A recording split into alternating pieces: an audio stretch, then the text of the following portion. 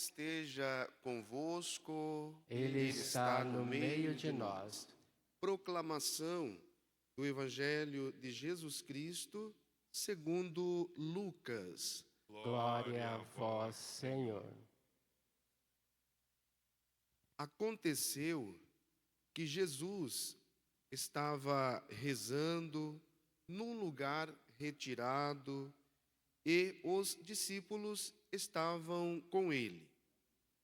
Então Jesus perguntou-lhes: quem diz o povo que eu sou? Eles responderam: uns dizem que és João Batista, outros que és Elias, mas outros acham que és um dos antigos profetas que ressuscitou. Mas Jesus perguntou: e vós, quem dizeis que eu sou? Pedro respondeu: o Cristo de Deus. Mas Jesus proibiu-lhes severamente que contassem isso a alguém e acrescentou: o Filho do Homem deve sofrer muito, ser rejeitado pelos anciãos, pelos sumos sacerdotes e doutores da lei, deve ser morto e ressuscitar no terceiro dia. Palavra da salvação. Glória a vós, Senhor.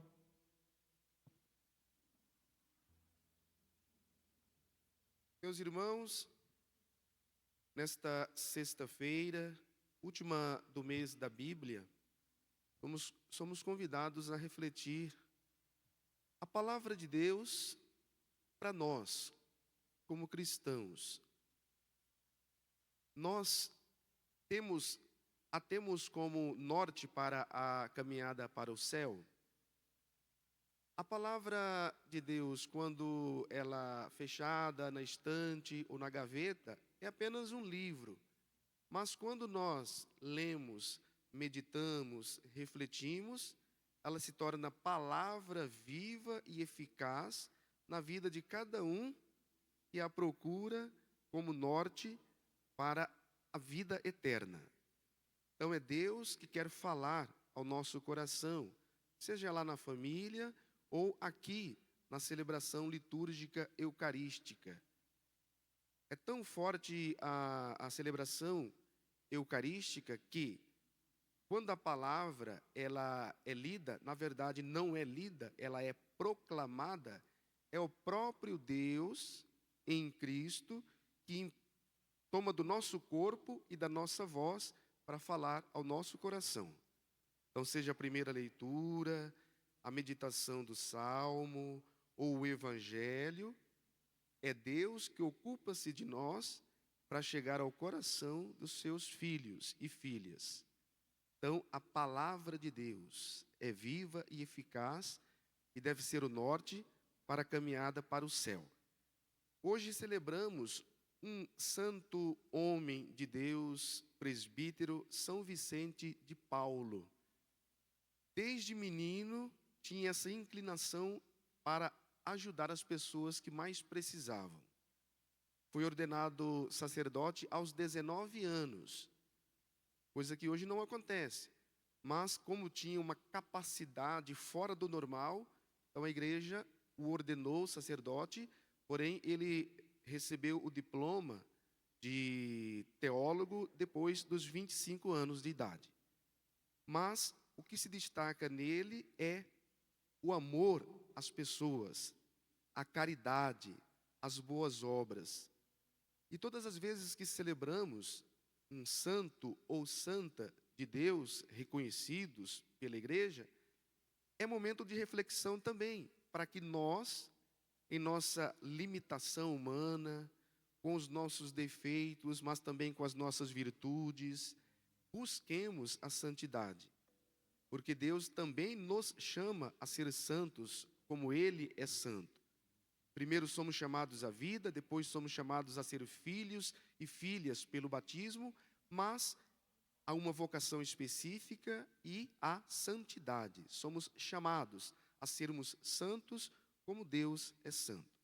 E aqui eu destaco que ser santo não significa a ausência de pecado, mas a luta diária para driblar o pecado e, com a graça de Deus, crescer na santidade.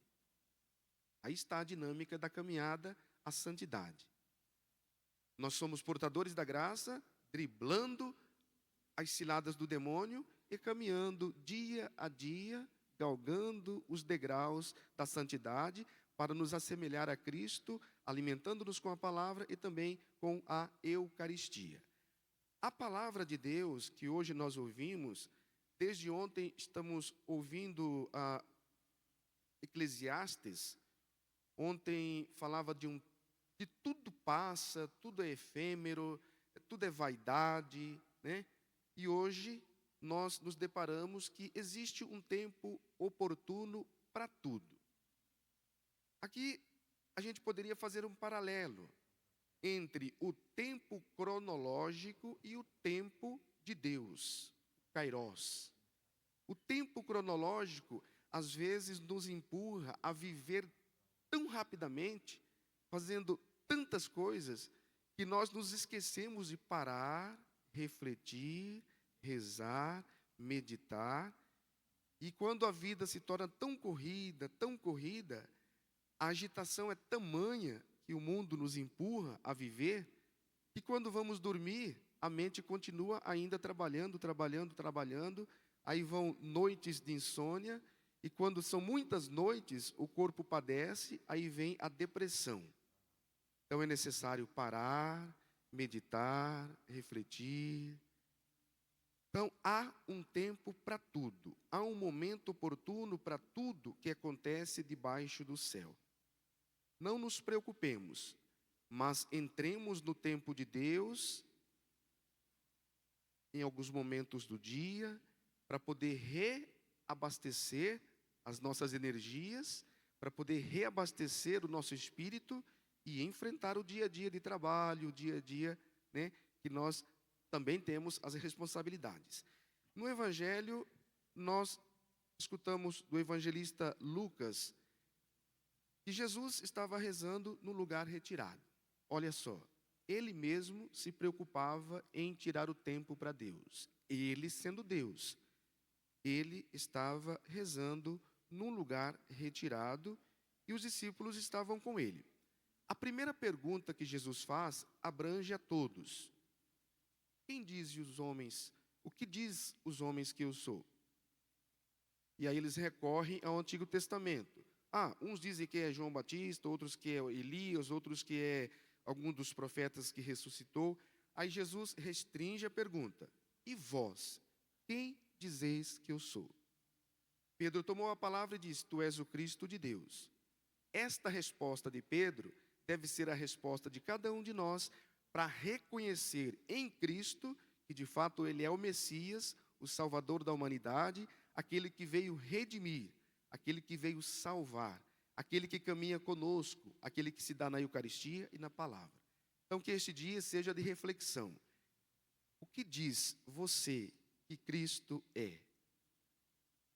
E eu? Qual é a minha resposta quando Jesus me dirige essa pergunta? Vamos refletir sobre isso durante o dia. Louvado seja nosso Senhor Jesus Cristo. Para sempre seja louvado.